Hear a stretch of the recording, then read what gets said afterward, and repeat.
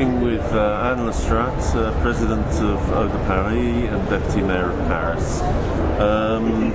And can you tell us about the background to the decision to remunicipalise the water in Paris? Who runs the water in Paris at the moment, and how long has this situation been the case? Alors jusqu'à aujourd'hui, il y avait 3 délégations de services publics, donc 2 délégations de services publics pour des contrats de 25 ans d'affermage pour la distribution, donc à Suez et à Veolia, enfin leurs filiales, Lyonnaise des Eaux pour la rive gauche et la Générale des Eaux pour la rive droite, et un autre contrat de concession de 25 ans aussi à une SEM, donc c'est une société d'économie mixte de la ville de Paris pour la production. Donc les 2 contrats de distribution ont été signés avec la ville en 85 et le contrat de production a été signé en 87. Donc on est arrivé à la fin des contrats et on a décidé, sachant que la fin des contrats arrivait en décembre 2009, donc cette année pour la distribution, de repenser complètement le service. Et on a commandé des études à la ville pour voir quelle était la meilleure organisation.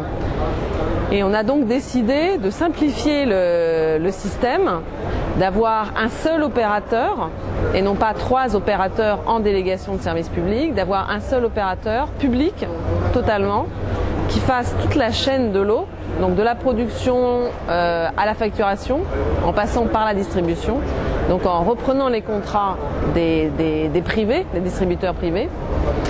Et donc on est en train de créer 7 opérateurs publics qui aura un contrat cadre avec la collectivité, mais qui sera une régie personnalisée, donc une structure totalement publique. Okay. You said you commissioned studies about the advantages of remunicipalising the system into a single body. Can you say a bit more about the reasons? How many of the reasons were political? How many economic? How many to do with the service public? Il y avait 2 principales raisons. Il y avait une raison politique qui était que la ville de Paris, gérée par une municipalité de gauche, voulait reprendre la maîtrise publique de son service, voulait retrouver les prérogatives de la puissance publique sur le service qu'elle avait perdu les dernières années avec le système actuel. Donc il y avait une volonté forte de reprise en main du service par la collectivité et de considérer que comme l'eau est un bien commun, il valait mieux une gestion publique. Donc ça, c'est aussi les raisons politiques, avec un contrôle démocratique.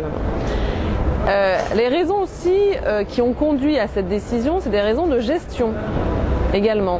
Parce que il nous est apparu évident qu'il valait mieux avoir un opérateur pour toute la filière de l'eau, production-distribution, plutôt que 3 opérateurs.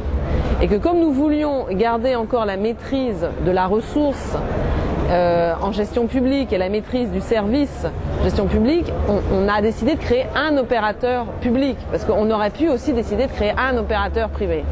Mais que les raisons politiques nous ont fait préférer d'avoir un opérateur public.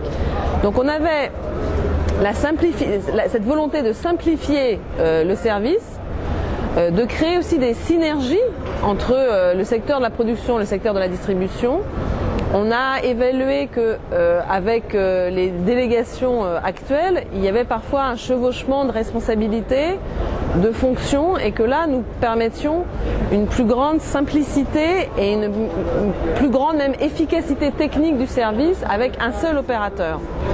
En plus, en reprenant le service, on gagne économiquement. C'est-à-dire qu'on a évalué que à minima, annuellement, par an, on a 30 millions d'euros d'économie, 30 millions par an d'économie en reprenant le service avec un seul opérateur, et donc en intégrant la rente économique des distributeurs plus avec un autre système d'amortissement, une autre comptabilité, c'est-à-dire qu'il y a les 30 millions d'euros d'économie, c'est plusieurs facteurs.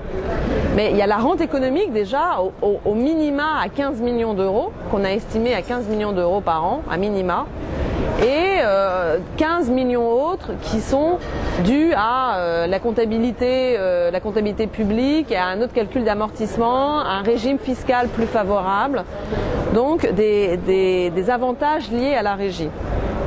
Donc on avait des raisons politiques, techniques, économiques et démocratiques pour créer un opérateur public de l'eau à Paris. Formidable.